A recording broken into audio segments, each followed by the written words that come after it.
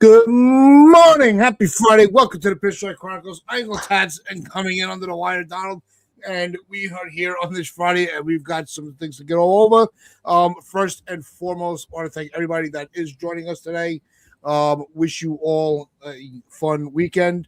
But shouting out real quick, what a better way to kick it off. Chris Northrup, we love you. We miss you. Is now a member on the channel. Chris, I know you've revitalized your podcasting Yankee career. Wish you all the best, and we hope to talk to you soon. Donald, we talked a lot the other day about some of the comments from Aaron Boone. We did not, neglectfully, we actually did not go over what was said from Brian Cashman, as he said that things are moving at a glacial speed. And that is not so. That's not the message you want to put out, as other teams around the AL East are actually moving at at rocket speed, as they've improved their rosters. Both Boston's made moves. Baltimore now has Pete Alonso. Not that he's a world beater, but he is a first baseman. We were actually talking about where he would fit on our team. Now, when you look at all the moves that were made during the winter meetings and the few hours afterwards, it kind of makes you feel now that the Yankees are not so much a third place team, but maybe a fourth place team.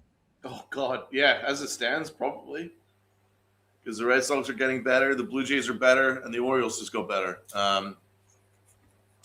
Pete Alonso, man, I knew he was leaving the Mets. And I remember we talked about it, and I felt he was going to leave the Mets, and he's going to the Orioles. 5-year deal, dude. That isn't that bad. That isn't that bad. I actually thought it would be more than 5 years. 5 years is fine. I would have gone in on Pete Alonso. I would have signed Pete Alonso. I think Pete Alonso would have been a huge get for the Yankees. I actually would have solved a lot of problems because obviously we don't have a righty bat. And he would have added a power righty bat that you can guarantee would hit 40 home runs and add some protection for Judge and really lengthen this lineup. And then you move Ben Rice over to catcher, and it would solve a lot of issues there. It would immediately make our infield. It immediately have made our infields a ton better. Mm-hmm. And then it meant we wouldn't need to overpay for Cody Bellinger, and that could have made a lot of sense. But the Yankees don't do these things anymore. And now we're in a situation where we have to overpay for Cody Bellinger, maybe, or figure something out in the trade market. I know we're never really in on Pete Alonso, but I would have been in on Pete Alonso because when you think about it, it would open up a DH spot for Ben Rice to play DH when Stanton inevitably needs to miss like 15, 20 games through injury, maybe more than that. Plus, he gets rested once a week anyway. So Ben Rice would have gone tons of at-bats. So I would have done that. I think that would have made a hell of a lot of sense, actually, to be honest. So I'm disappointed that Yankees weren't involved in Pete Alonso, but I'm not surprised. Nothing the Yankees do or don't do surprises me anymore. It's just this is where we're at. This is the new reality where we sit and we watch other teams get better. That's just the new Yankee way, and we cry poverty. You know what? It's not the moves that the Yankees have or haven't made. It's just the fact the Yankees are crying poverty so much. It's so absurd. It's so disingenuous. And I think that's what makes the silence more frustrating. It really just drives me nuts. And even Brian Cashman was talking about our budget the other day and how the Yankee fans aren't paying enough attention to that and all that stuff, as if that's our job. You know, I mean, it's just so disingenuous, and it just rubs me the wrong way. Everything they do rubs me the wrong way these days, man. They're just They really need a serious kick in the ass. But right as we speak, as of today, I would say we're probably a fourth place team. As of today. Yeah. Yeah, no, I absolutely agree, and so did some people in the chat. And let's we didn't get into a lot of the chat the other day while we had Rob with us. We wanted to kind of give him as much of the floor as we could. But let's scroll through the chat because these guys are the backbone of the channel. With Damian Serrano, what's going on, Damian? He's like, everybody hates to admit it, what the Orioles have done, and the Blue Jays and the Red Sox. The Yankees will be, at best, a fourth-place team. Both of us agree with you on that. And also want to highlight where we got FJ. I doubt the Yankees will go into spring training with any major new additions. I don't see them really making any impact moves. They haven't shown, they can say we're in conversations with this, player. We're in conversation, but until a contract is signed, you haven't done jack shit. All right, that's just the honest take on it. I want to then it's coming from Chris Northrup. Cashman thinks this team only needs a tweak. That is a big problem, but it's also a huge truth. Delusion. They're delusional. I think that's been the biggest word a key word that we've used throughout this whole season is the Yankees are delusional. Is for some that may not have heard that are watching us for the first time, I'll reiterate one thing. The biggest mistake they had was right after their season ended when Boone made the statement that he would run it back. And that gave permission for the Yankees to not be as aggressive as they should be, considering all of the holes that they have on this team. It's really bad. Yankees, Dave, what is going on? ABX, see you in the chat. Jonathan, Stephen B. We see all of you, and want to bring up this next comment. We'll get to your comments, but let's get Healing Men Hearts. The fact we are kicking the tires on Brenton Doyle of Colorado is all you need to know. I just we should be big market fishing at this point. I'm sorry, until everybody else is on the board, you have to. It's like going to page 2 on your draft board with the number 1 pick. You know what I mean? Like that's almost what it feels like, Donald. Right. So, what move are you focused on for the Yankees? Like they need to do something. What is your number 1 priority as of today? If you're Brian Cashman, what is the first move you make? Ooh.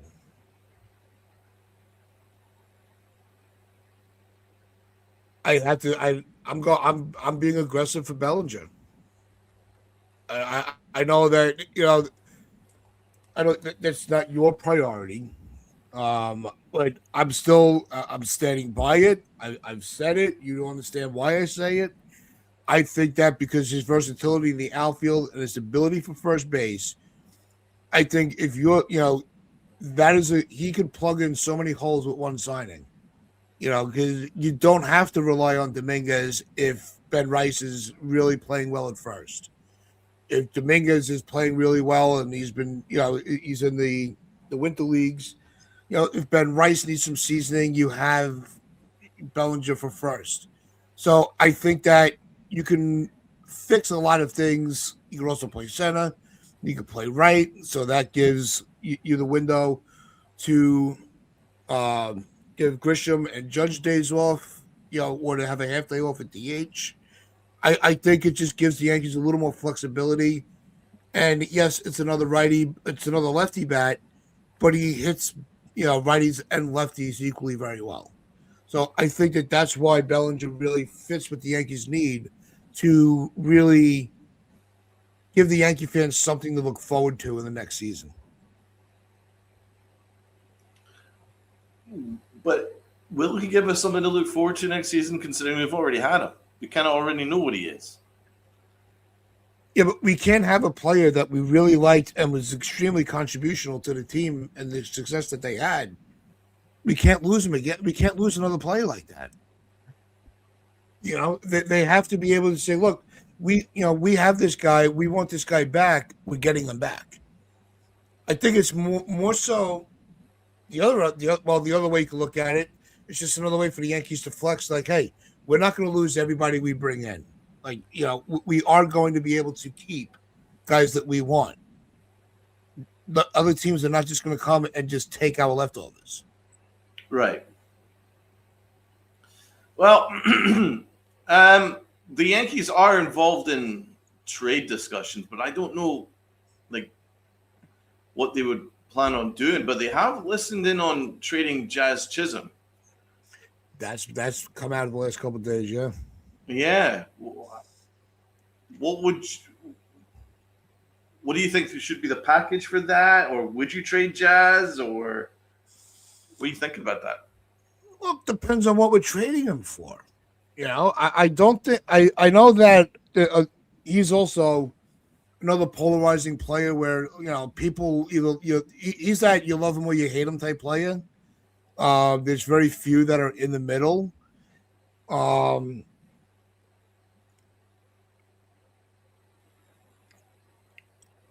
I don't know what you would move him for. I don't know what his value would be.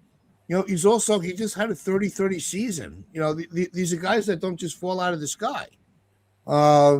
Especially when it comes to the Yankees. We usually don't get that power and speed. So it's hard to take that away from the roster. But I don't know what the market would gauge for him. I don't even know if I want to move him. I'm one of the ones that likes Jazz. Right. I mean, you'd have to find someone equally as good, if not better, to replace him with. FJ presents an possibility that maybe would be involved as part of a Seager trade. Yeah, I can see like a Seager or Donovan, somebody that's a little, that's also has a lot of versatility. Those are the types of players that the Yankees like. But I'm not jumping, for joy that they'd be shopping Jazz. That's how I feel about it. I know they're not going to extend them, So yeah, do you want to move him while you can? And get something back for him? That makes sense. But I just don't know where the market is. It does make a little bit of sense. It depends on. I'm not saying it's a good move. It's just not one that I would jump for. Just depends on if they are planning on extending Jazz Chisholm. So the next 12 months are actually huge for Jazz. I would look at it, but I mean, I guess this is part of the quote unquote challenge trades that Brian Cashman's been talking about. Yeah. Where you maybe give up someone that has a big role in this team in order to find a better fit overall. Corey Seager would be great. It would really change things. The funny thing is, though, it's hard for me to get overly excited about that because the Yankees could just sign him in free agency in his prime a couple of years ago. And then they pass and they wait till he's older. I don't know. It just seems like, when you read Brian Cashman, he talks about, we're overly left-handed and we've got too many left-handeds and we're going to be looking at platoon and all this stuff. It's sort of like, are we in the twilight zone here? Didn't he build this roster? Uncle Tats, answer me this question. Didn't he build this roster? Isn't it him? This is all his creation. This is his man.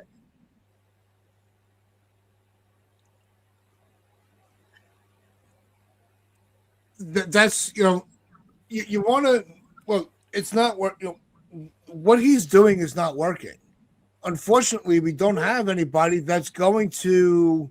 Like, he's not going to have a change of heart and be like, you know what? we gave Volpe 3 years. We gave it our best shot. It's time to move on. He's not that type of guy. He's not that type of GM. He pushes the wrong players out and keeps the right players in his inner circle. It. The whole debacle with Aaron Hicks. Donaldson. The second contract for LeMahieu. Which really never worked out. Unfortunately. I don't see Cashman as a guy that's going. He's not the GM that's going to be able to fix it. He's just going to keep putting band-aids on everything until finally you're like, you know what, we have to amputate. It's not working, and we all know that Hal, Cashman's a part of it. He's a secret Steinbrenner. So that until Cashman wants to walk away, he ain't going anywhere. He'll be the GM if he that's exactly how Brian Cashman. He'll be the GM if he lives to 100. That's exactly how Brian Cashman builds a roster. It's Band-Aid, more Band-Aids, Band-Aids, Band-Aids, Band-Aids, and then he goes and complains about the Band-Aids a year later. You built this. You're the reason why we have 90% of our roster that is left-handed. You built this. You decided to go this direction. So don't start crying to us. Oh, we don't have enough righty bats for Aaron Boone. I'm not comfortable with that. Well, who's responsible for that? Because it's not us. Right? He did it. What, am I in the Twilight Zone here? I'm pretty sure Brian Cashman's been GM for the last 20 years. Thus, he has been in charge of building this roster, which doesn't make sense. And he's built this. And now he's talking about how it doesn't make sense. And they got some moves, but they don't really know what moves to make. And he built this! Oh, good Lord. I guess the only defense for Cashman would be, he will make moves. He has been aggressive for certain free agents, and there have been players that he's acquired that we've wanted, and just haven't worked out. It's we all wanted. There was and I say all, but there was a portion of the fans that really wanted LeMahieu back after what he gave us that those first couple of years before he reached free agency. We love we were the ones saying we needed to get Gallo. There were fans that were clamoring we have to get Sonny Gray, and he goes and he makes these moves, and when they don't work out, then he's the bad guy. It's not the player's fault that they couldn't perform. And that's, to me, sometimes that's the problem. Or another problem within the mix. Well, why is he listening to the fans? Well, obviously, he doesn't. So, but, he doesn't do his homework in that regard. So I don't think those two examples make a whole lot of sense. Obviously, Sonny Gray may have lied to Brian Cashman that he wanted to be a Yankee, but clearly he didn't. And he didn't do enough homework in that regard, so that's still on Brian Cashman. And the Joey Gallo trade, I told you before the trade happened that I didn't want it to happen. I didn't want Joey Gallo. I said he was going to strike out too much, and he wasn't really. And that his. No, you didn't want him. Yeah, I definitely didn't want him, man, because he was going to strike out too much. He was going to bat 200, and it would have been a negligible upgrade considering the rest of the lineup struck out too much. So I said he wasn't going to make a big impact. Plus, I knew that he had some issues with the big spotlight. All those things came to fruition, and why do I know this stuff, but Brian Cashman doesn't know this stuff? So, kind of. I'm not volunteering that I should be GM, but I'm just saying, what does this dude know Why do I know more than he does in regards to Joey Gallo's fit for New York? So I thought those two examples were not good examples, Tats. Fair enough. No, But it's but yeah, when Gallo got here, there was excitement in the stadium. With the whole Gabagol and the Italians, and there was there was a lot of fun around it. What's going on, Sarge? what's good? Um, it's maybe Gallo might not have been the best example, but it was just I saw his people joking around that the Mets were going to bring him back as their next closer. Now that they lost out on Diaz, I saw that being taunted out there. But no, he's made moves that we've wanted him to make. It just hasn't worked out as far as production from the player. And you do have to look at the player sometime, being, hey, you know, you got the opportunity. The fans rallied behind you. You let us down. So yeah, that does make New York a tough place to play. That's why Yeah. I still believe that that playing in New York, there is still a special spotlight You have to that do the not homework. everybody can handle. You have to do your homework with regards Yeah. to that, because there's certain players that just do not want to be anywhere near the spotlight, and we do need to do our homework better. But I tend to agree with you. Is the Yanks aren't cheap; they're just bad shoppers, Oh, I and exactly. that's the truth. They've misallocated the $300 million to this point. They've completely misallocated it. There's no other way to describe it. They've misallocated that money. It's terrible money management. Terrible. And like they don't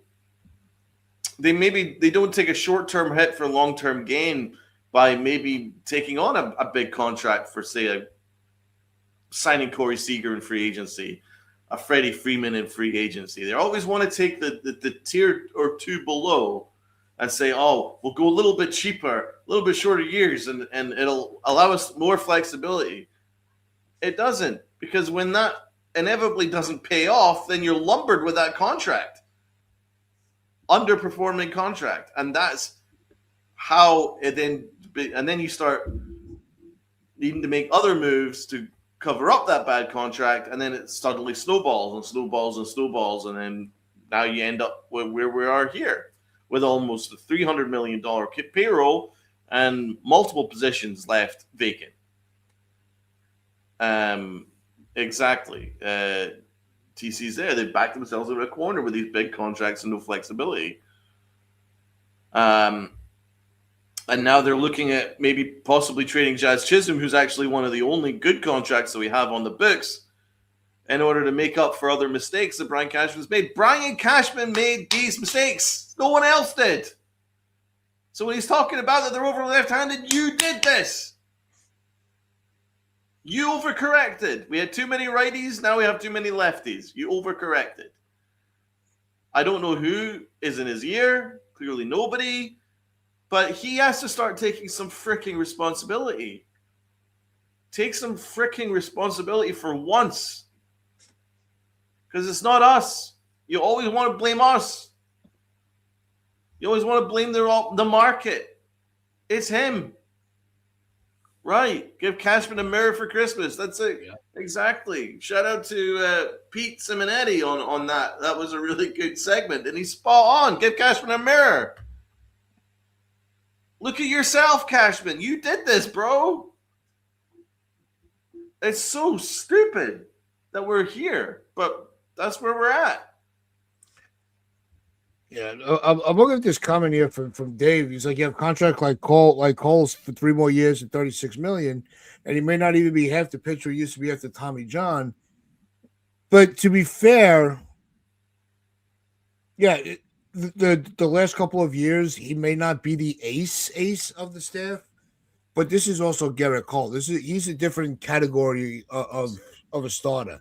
Yeah, and because of the risk of. I said, earlier in the offseason, just because a player, any player can get hurt at any time. So, but you still have still have to fill your roster with guys. Now, to your point, Donald, should they be a little more diligent in their research? Absolutely. But it doesn't mean you shy away from signing anybody to more than a few 3 years because of injury. That's mid market, low market mentality, and unfortunately, that's where the Yankees are trending to. They're trending into that mid low market mentality when it comes to the guys that they're acquiring. They'd rather the aging player that they maybe eat a little bit of the contract just to kind of plug in, because we have 1,000 superstars in our minor leagues that we don't want to trade. God, terrifying thought.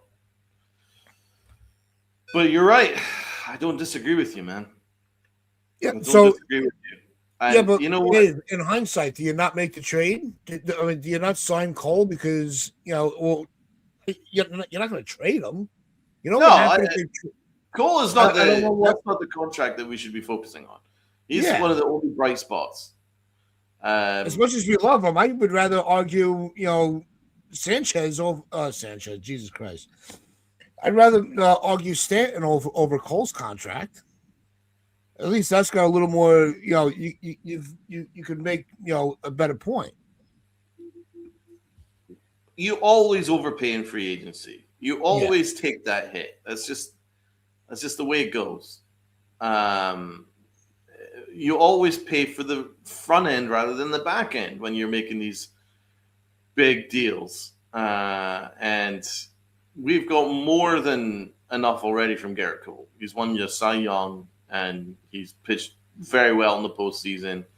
The Yankees haven't done enough after signing Garrett Cole. That's the problem. Garrett Cole was meant to be the big white whale, and then it turned out that you need multiple other big white whales. So that's on Cashman. It's not on Garrett Cole. Here, another update, which is not good news if you're into Tats Imai.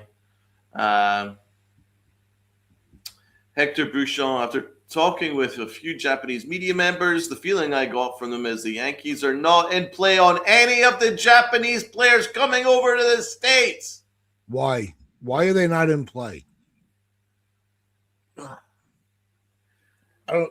Anything can change over the next few weeks before the signing deadline, but the Yankees. What the hell are we doing?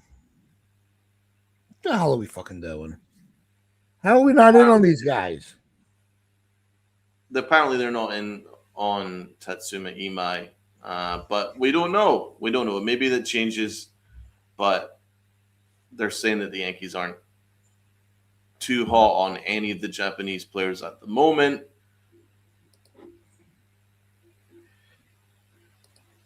Exactly. Speechless. Yes, Okamoto would be perfect, but I don't think we're fucking everything up, bro.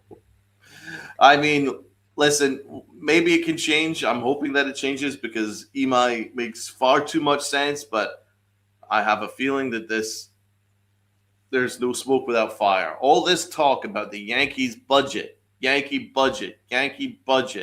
Yeah. I have a real feeling that the Grisham qualifying offer has completely derailed this offseason before it began.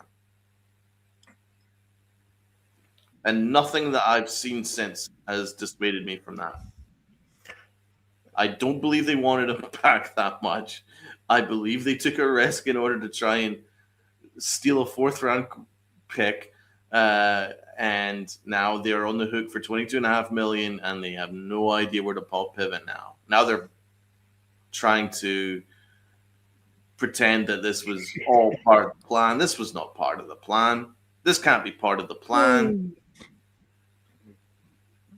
I like that. So, I want Tatsuma Imai. I can't believe that the Yankees aren't just signing him as we speak right now, but he should be. But we don't know. That was just one reporter. Maybe it changes, but it's possible.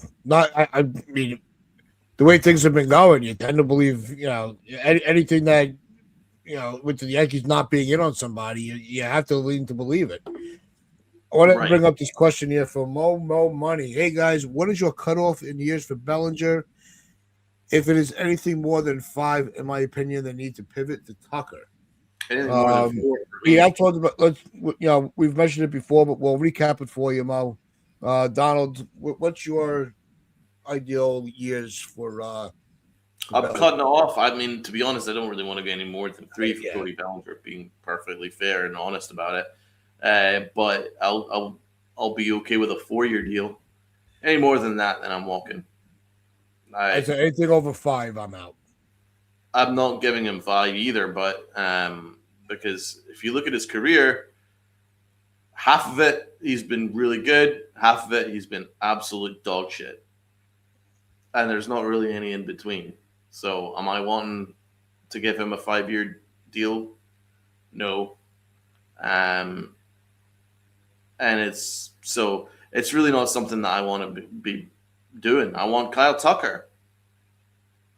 I've said it from the start. There's no reason why the Yankees, we need a left fielder, we need a power bat, and need someone in his prime to carry the torch alongside Aaron Judge for the foreseeable, because Stanton's contract is going to drop off the books in the next couple of years. There's no reason why the Yankees should not be in on Kyle Tucker, who is an infinitely better ball player. And exactly, Kenneth, Tucker is better. There's no reason why we couldn't be signing Kyle Tucker right now. He's better. He's younger. If you look at his entire career, he's the far more consistent player. There's no excuse. But instead, they're leaking nonsense that he doesn't want to play baseball. I don't buy it. I don't freaking buy it. So, no, I don't want Cody Bellinger. Bellinger made his own bed by opting out of his deal. If you want to be a Yankee, stay in your deal. You're getting $20 million. So he made his own bed in my regard. Once he opted out, I'm out. I don't want Bellinger back. Fair enough. I mean, you can't blame him for wanting to capitalize on the year he had. I'm not blaming him. I'm just saying that if he wanted to be a Yankee so much, which he clearly doesn't, then I'm sorry. I'm out. I'll find someone better. I'll find better use of that money. And Kyle Tucker's better use of that money. So I'm very much firm on that. I don't want Bellinger back because of it. Now, if he comes back, then I'm not going to be disappointed. I'm just he's not your number one guy. No, not by any stretch of the imagination. I can find better ways of allocating that money. Oh, we need more righty bats. We need more right. So we're going to make our one free agent signing another lefty bat. I mean, at least the lefty that they're looking at can hit a righty bat, can hit a lefty. But no, I look for those that are on priority Tucker. I have no argument against you. But anybody that's on priority Bellinger, there's really no argument against that either. The only difference between the two is really the age. Tucker's had injury problems. Bellinger has the every other year issue that you usually see out of a bullpen arm. But I said it. I gave Bellinger the edge because of the versatility. How will Tucker handle left field at Yankee Stadium? That just screams to me DJ LeMahieu, though, man, because we gave him a 6-year deal, overpaid because of his versatility. That versatility is kind of pointless if you're not going to live up to your contract. And I don't believe Bellinger's going to live up to his contract in 3 or 4 years' time. So kind of makes it. You mean you're not signing up for his versatility. You could acquire anybody that's versatile. You can acquire anybody that can play 3 positions in the outfield. Obviously, you want someone that is going to add protection to Aaron Judge. I don't believe he's the best use of resources in that regard. But that's just my opinion on the matter. God knows what we're going to do. I don't know. The Yankees are in a tough spot. No, because it creates another problem because we have these players. When by the time these guys reach free agency, they're in their 30s. But when they're in their 30s, nobody wants to give you a contract. That's a deeper issue, Donald. So Mm. what? Because you're afraid of how the contract's going to end. Then just eliminate free agency. The team you drafted by is the team you stay with, and just deal with a trade market. Because these guys, when they get to free agency, they're getting fucked. You have a handful of guys that are going to break the bank, but for the most part, teams want a nickel and dime because they're on the wrong side of 30. Don't you think that's a deeper problem? Well, I mean, tell that to the Orioles who just given Pete Alonso a 5-year deal. He'll be 35 at the end of his contract, so obviously there's no worries there. Same with Schwarber, 5-year deal, no issues with that. I mean, I actually think those are two very good deals. So I just don't like Cody Bellinger for 5 years. It's different. Depends on the player. I think Pete Alonso would have been an absolutely fine investment in 5 years. So it just depends on the player, man. Because those players are far more consistent. Bellinger's not been consistent. He's been very inconsistent. Hence, why I don't want to be giving him a big deal. It's nothing to do with anything other than that. It's just the way that his career has played out. He's no longer an all-star caliber player. And I don't want to be giving that kind of money and years to someone who's not an all-star caliber player anymore. I would rather do it for someone who is an all-star, i.e. Kyle Tucker. Or Pete Alonso. Someone that's an elite bat for their position. But that's all gone now. So now we're looking at other situations. I quite liked this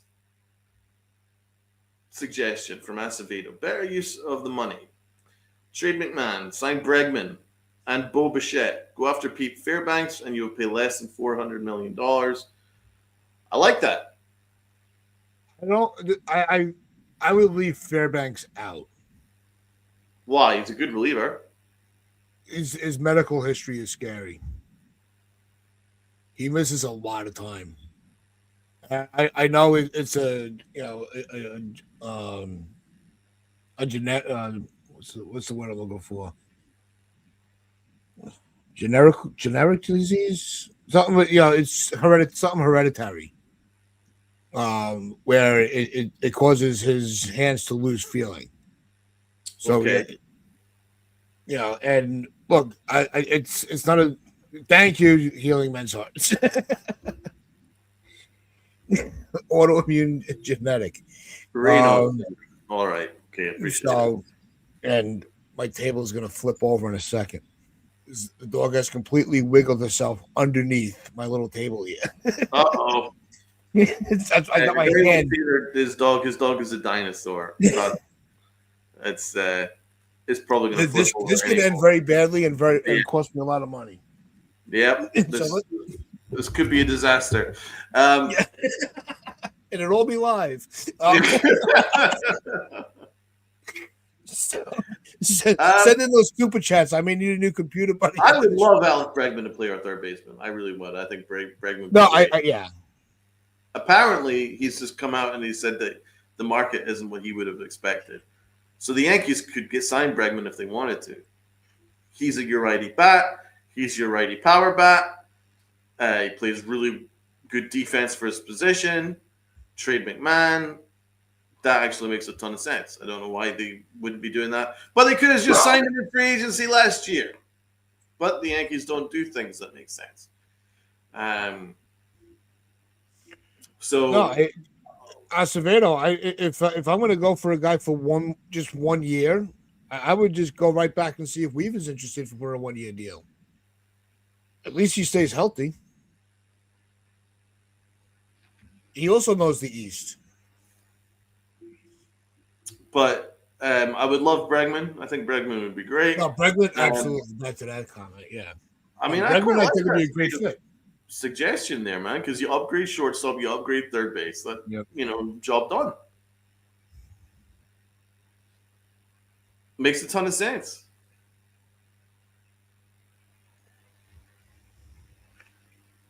TC, I can see McMahon, definitely Volpe. Wells, I'm not sure on yet. I think the jury's still out on Wells. He's falling out of favoritism over Rice for catcher, but I don't know if I would give up on Wells just yet. I think there's still something to unlock there. What do you think, Donald? You think the Yankees should just be they should move on from Wells? I mean, No, we can't do that Why not now. Wells? No, I'm not moving on from Wells. I'm just saying that I would have preferred him to be in a platoon with Ben Rice as Yeah. catchers. Ben Rice could also DH and uh, and and all that stuff, but I would have focused on acquiring an actual first baseman. But they haven't done it, and Ben Rice is now your first baseman. So now Austin Wells is now your everyday catcher. So it is what it is. It's not the way I would have done it, but that's where we're at now. So got our center field. It's Grisham. Okay. I could see them trading Dominguez. Are you worried about the New York Mets signing Cody Bellinger?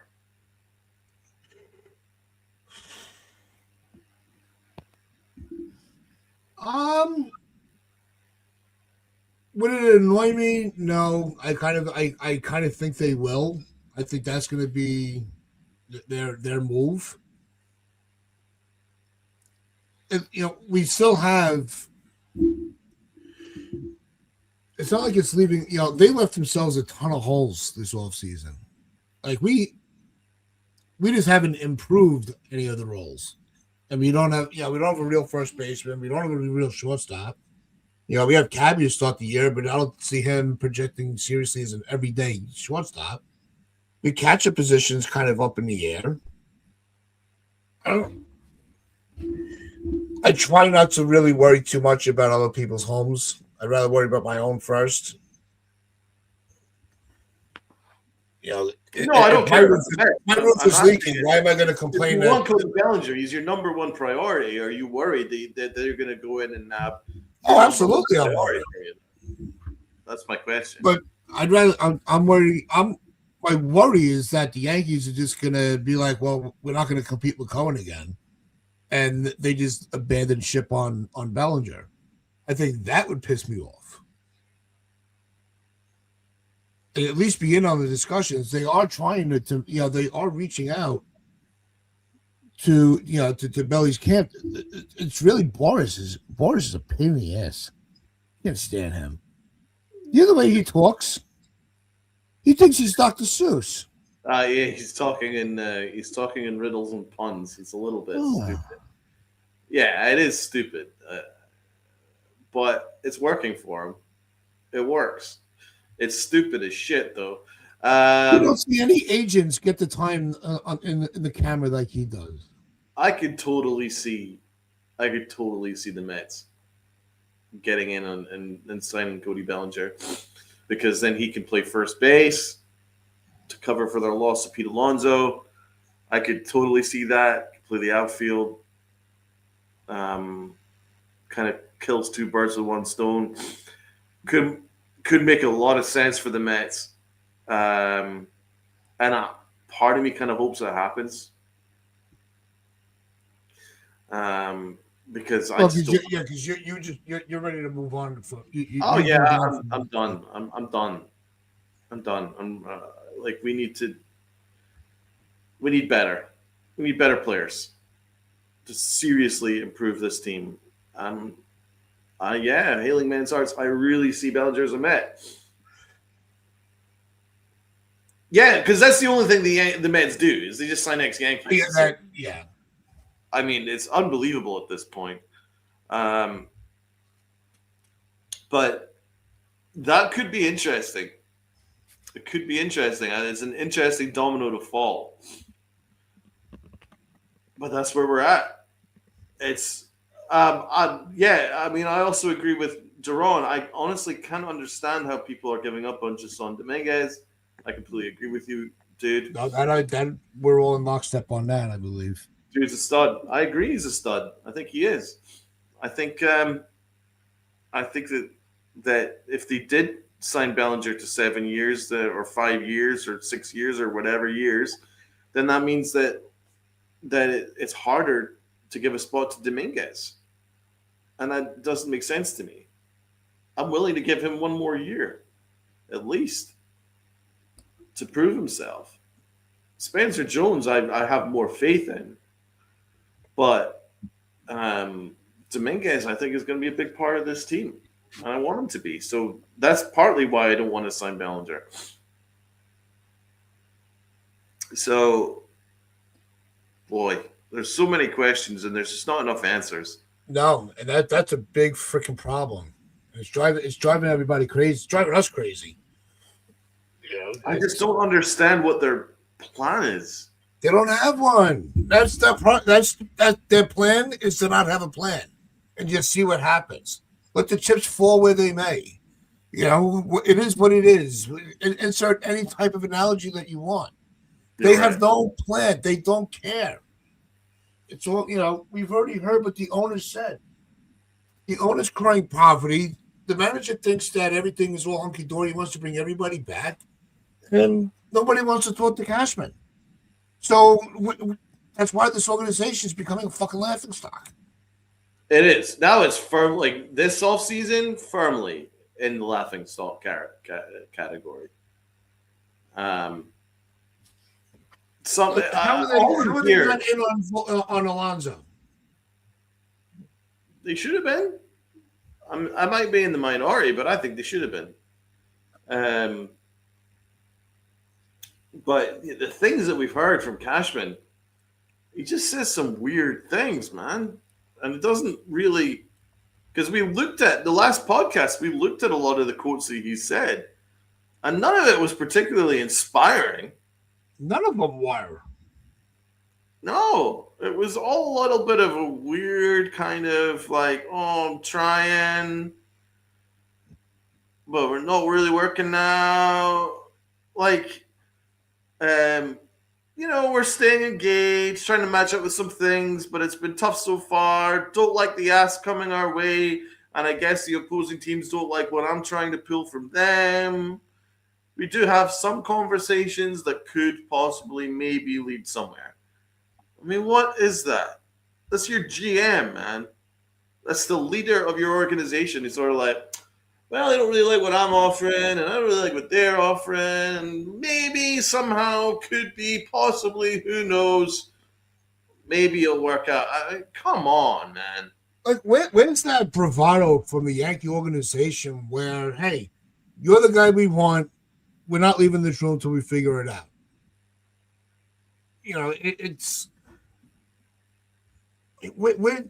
They went all out for so many guys. It's like, why stop now? It worked.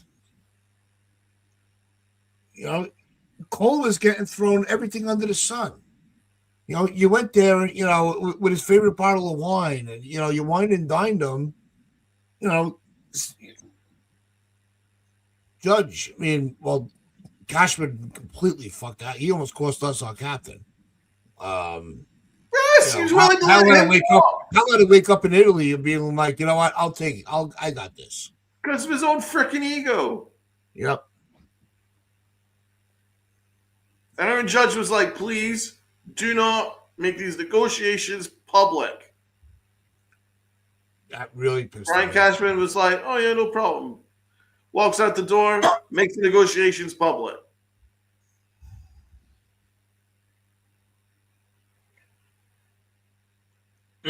This team has zero direction. Zero. And like we said it the last year, we said it actually a lot. People in the chat have said it. You can't solve the problem until you accept that there is one. And the Yankees don't think they have a problem. What they think is that last year, because they got rid of the facial hair policy, that the free agents were just going to come pouring in. That's the way they think. Well, we miss out on a lot of players because maybe we're being a little, times have changed. We got to adapt to the times. No, you got to adjust your budget. Right. I don't give a I don't fuck. care if you got a mustache, a Fu Manchu, or you walk around, look like Old Man Silver. I don't give a shit. Are you going to pay them properly? It's like that the one line from Goodfellas. Fuck you, pay me. That's what this is all about. Just pay them. Jesus, I don't get it. Why? God, everyone thinks. I think that since they built this new stadium, that they're fucking cursed. I think the stadium. I don't think they'll win at the stadium. They won in 09 for George, and then they were like, "All right, we're done. We're not going to win anymore." Well, a lot of that is because Hank Steinbrenner passed away. Well, yeah. Hank was far more like his Well, father. I don't want to blame it on a passing. No, but it's not that I'm blaming it on a passing. I'm blaming it on the Yankees because they've allowed their whole mentality to change with the passing of George and then Hank. And then Hal's come in and he's the complete opposite of both of them. And it's changed the direction of the franchise.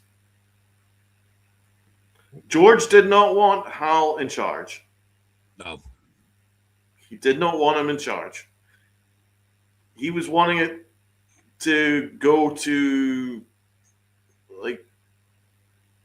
like freaking in-laws and stuff. He didn't want any. He did not want Hal in charge, and it's really come back to bite us in the ass now. And he's setting this budget, so a lot of this is because of his budget. Because apparently we're not able to be in on these. Apparently, it's Kyle Tucker's favorite to go to the Blue Jays. Yeah, Steve Spindell was supposed to take over. Yeah. I still say the system should just come in and just be like, you know what, you guys, you suck. I'm taking over. Apparently, the one team that could, one team willing and able to give outfielder Kyle Tucker the $400 million he seeks is the Toronto Blue Jays. According to many of the agents, executives, and managers at baseball's annual winter meetings. Dude, if the Blue Jays get Kyle Tucker, forget about it. Game, set, match. It's game, set, match, man. Him and Vlad. Game, set, match. There's not a move the Yankees could make that would be better than that. Unless they got Fernando Tatis, but I doubt the Padres are going to trade Tatis to the Yankees. So yeah, that narrative has died out a little bit with Tatis. Yeah. So yeah, then you're looking at competing with the Orioles and then the Red Sox for the wild card. Yeah, good luck with that. Yeah, and they just got better. Orioles, look at that Orioles lineup, man. Adley Rutschman, Gunnar Henderson, now Pete Alonso. That is a monster lineup. It's a better lineup than the Yankees now. Yeah, but Doran, once again, we're getting the guys at the back end of their prime or past their prime with Seager and DeGrom. Why? Why can't, look, make it easy. Just go get Bregman. But at least it won't cost you prospects. I'd rather Bregman than Seager at this point. It won't cost you nothing. And Seager has got that weird contract. Bregman makes too much sense. Well, it made sense last year, and they missed out on the opportunity, and it bit him in the ass. Didn't even talk to him. Back on the market, and they're going, no, we still don't need him. Because they took on McMahon's contract when they probably shouldn't have. So weird. Like this roster construction is a mess, and I really don't want to be this negative, but I don't know what the Yankees are doing. They've allowed other teams to get better. Even though it is moving at a glacial speed, other teams have still done stuff. And the Yankees are just sort of like, oh, we're good. We're good. We're really satisfied. This team's really good. I Yeah, don't know. I don't want to be that guy that just because another team signs up that a particular player, oh, why wouldn't the Yankees get him? No, No, it's the structure of the teams itself. It's the way that these other teams are restructuring themselves that adds to the frustration because the Yankees haven't done anything. Like they're plugging in Caballero, who I think is a great player. He's going to be great for us. I love him. But we're keeping him there until we get Volpe back. That was that's a championship move right there. I don't think the Red Sox or Jays did well. Well, I mean, the Red Sox, they've got Sonny Gray. That's a good addition. I think that's a decent addition. I don't think there's anything wrong with that addition. It's not a bad addition there for him. I think he could pitch well for them. I disagree that it's a subtraction by addition. I think he's going to pitch fairly well over there in Boston. He hates New York. He hated New York. That's why he was so bad. He's never really been that bad of a pitcher outside of New York. And when he's not pitching in New York, he's actually pretty good. So I actually think that'll be a pretty good one there. And Dylan Cease, I think that's a really good pickup for the Jays. So I don't think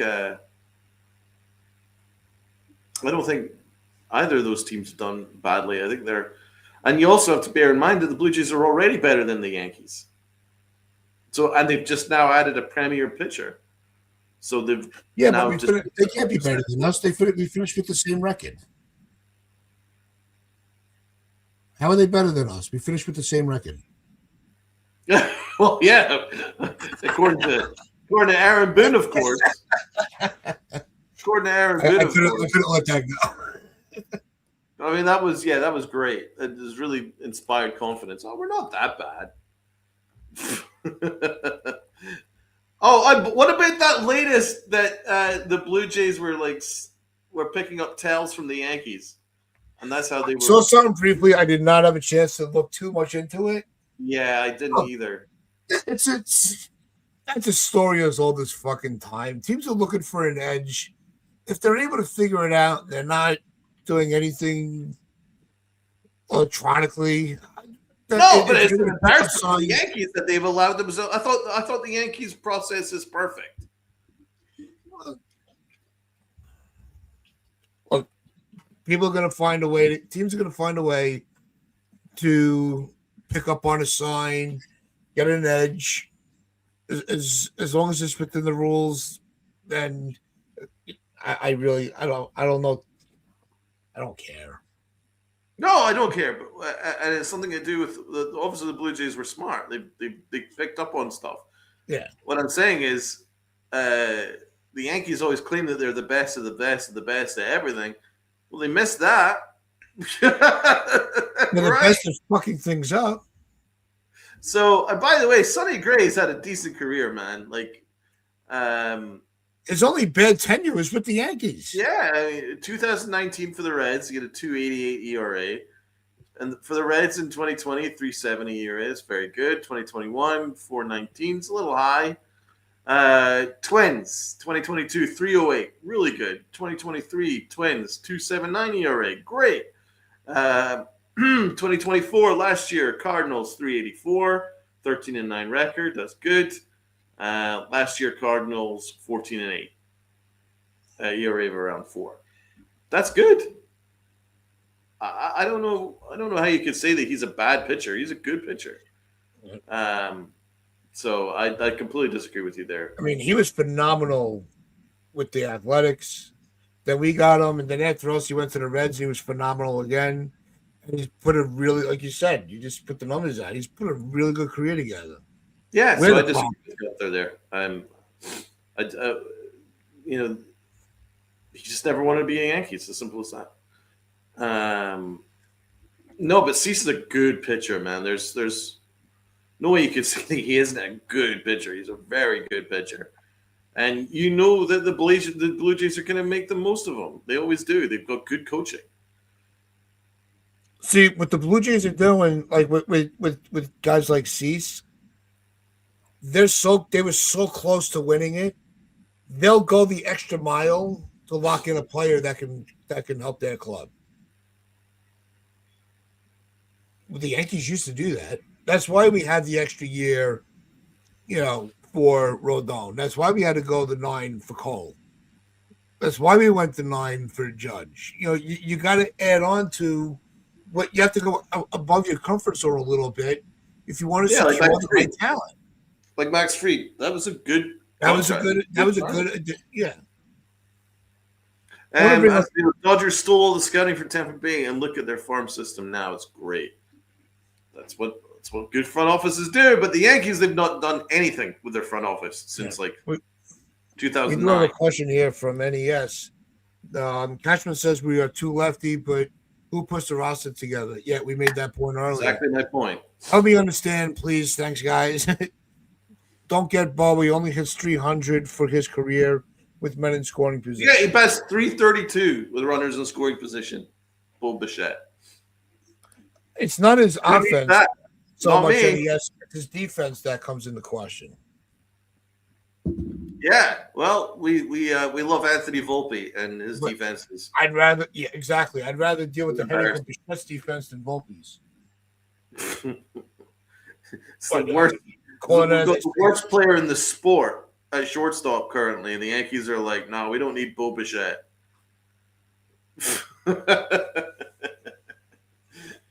Worst player in the sport, and the Yankees are like, oh, he's part of our core. What are we talking about here? That's decent. I mean, you look at Boston's rotation. I mean, our rotation is no joke. But this is what I said. We said this during the postseason. When the postseason ended for us, with guys like Early, the kid from Baltimore, I'm forgetting his name right now, and then with Schlittler, some of the youth that's going to be coming through the organization with Baltimore. There is the AL East starting pitchers are going to dominate. There's a lot of talent coming through the pitching within the AL East. That's why this offseason has been so puzzling for the lack of moves from the Yankees. Because they're not keeping the level playing field or even going above the playing field. They're just sitting back going, look at these idiots spending their money. Well, you're right. The AL East is now a bear. And the AL East always rebounds. Why are they waiting? And they sit and wait. The Yankees better wake up because at the moment they're a fourth place team. It's like the fucking 80s all over again. It's sad. But it can all change. The funny thing is, you can come on Monday and be like, right. And I hope we do. I'm waiting for that show. I really they could pull off something wild. They trade Volpe for Corey Seager, right? I'll be dancing, bro. I'll be dancing. So a lot can change. They signed Tatsumi Imai, signed Nakamoto. Boom, we're back. But as of right now, presently constructed, where the Yankees are crying poverty, Brian Cashman plays are too left-handed despite him building that roster. And the rest of the league is getting better, then I'm getting pretty pissed now. Starting to get pretty pissed off. And I think this is an absolute truth. I don't see anybody beating the Dodgers. I really don't. No, they're a dynasty. They're unstoppable. They're a bona fide dynasty, not this every other year shit. They're inevitable. Dynasty. They are inevitable. Yeah. Yeah, their Death Star actually works. We got a little fucking Tinker Toy. The Yankees have the Disney. We got they're dealing with an Erector set. We got a fucking Lego set. The Yankees are the Disney Star Wars. The Dodgers are the Lucasfilm. The George Lucas Star Wars. Listen, let's end on that laugh, Donald. It's been a stressful show. but we enjoyed every second of it. Appreciate everybody that has joined us, all the new subs. Appreciate every single one of you tuning in and helping us build this channel as we get into year 5. We grew a lot last year. Let's make this year where we get to that next level. So make sure you hit that sub button, hit that like button, share this out with your friends, your family, the strangers on the corner. From Uncle Tats and Donald, hope you all have a good weekend. Hope your football teams win. And we will see you all on Monday. So wear those pinstripes of pride and play hard.